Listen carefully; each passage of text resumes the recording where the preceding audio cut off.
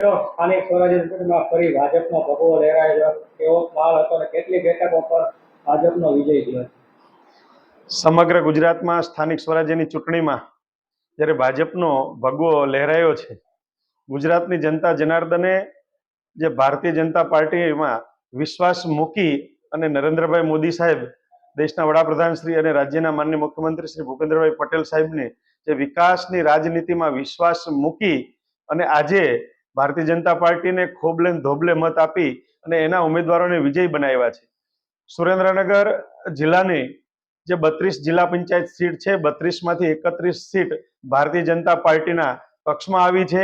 એક બેઠક રાણાગઢ સામાન્ય મતોથી હાર થઈ છે. જ્યારે આ જિલ્લાની 10 તાલુકા પંચાયત 10 તાલુકા પંચાયત ભારતીય જનતા પાર્ટીને ઉમેદવારોને વિજેતા થયા છે. એટલે 10 તાલુકા પંચાયતમાં ભાજપનું શાસન પુનઃ આવશે એ ફાઇનલ થઈ ગયું છે. અને સુરેન્દ્રનગર મહાનગરપાલિકા, જે નગરપાલિકામાંથી મહાનગરપાલિકા પ્રથમવાર બન્યા પછીની આ પ્રથમ ચૂંટણીની અંદર 52માંથી 51 સીટ એ ભાજપના પક્ષે આવી છે. એક બેઠક કોંગ્રેસના ફાળે ગઈ છે. અને તાલુકા પંચાયતની આ જિલ્લાની કુલ 180 સીટ છે, તેમાંથી 142 સીટ એ ભાજપના ખાતે આવી છે. નગરપાલિકામાં પણ 4 નગરપાલિકાની ચૂંટણી હતી. લીંબડી નગરપાલિકાની 28 બેઠકોમાંથી 27 બેઠક ભાજપને મળી છે. પાટડી નગરપાલિકાની 24 બેઠકમાંથી 24 ભાજપને મળી છે.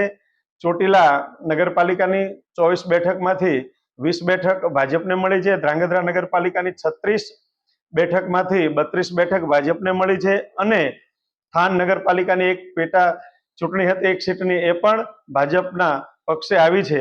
જ્યારે સુરેન્દ્રનગર જિલ્લાના તમામ મતદાર ભાઈઓ બહેનોએ જે ભાજપમાં વિશ્વાસ મૂકી અને જે ભાજપને મત આપી અને ભાજપના ઉમેદવારોને વિજેતા બનાવ્યો છે, ત્યારે સુરેન્દ્રનગર જિલ્લાના તમામ મતદાર ભાઈઓ બહેનોનો આપ મીડિયાના માધ્યમથી હું હૃદયપૂર્વક આભાર માનું છું.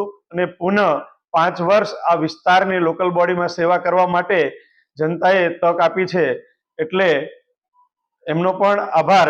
સાથે સાથે મીડિયાના મિત્રોએ પણ સમગ્ર ચૂંટણી દરમિયાન ખૂબ સરસ કવરેજ કરી અને એક વાસ્તવિકતા બતાવી છે, એમને પણ હૃદયપૂર્વકના અભિનંદન આપું છું.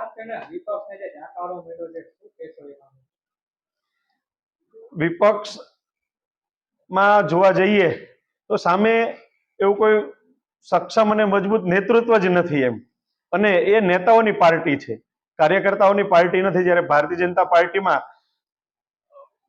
હજારોની સંખ્યામાં તમને એક શહેરની અંદર કાર્યકર્તાઓ દેખાય છે. એટલે જીત એ કાર્યકર્તાની છે, જીત એ ભાજપની છે, જીત એ વિકાસની રાજનીતિની છે.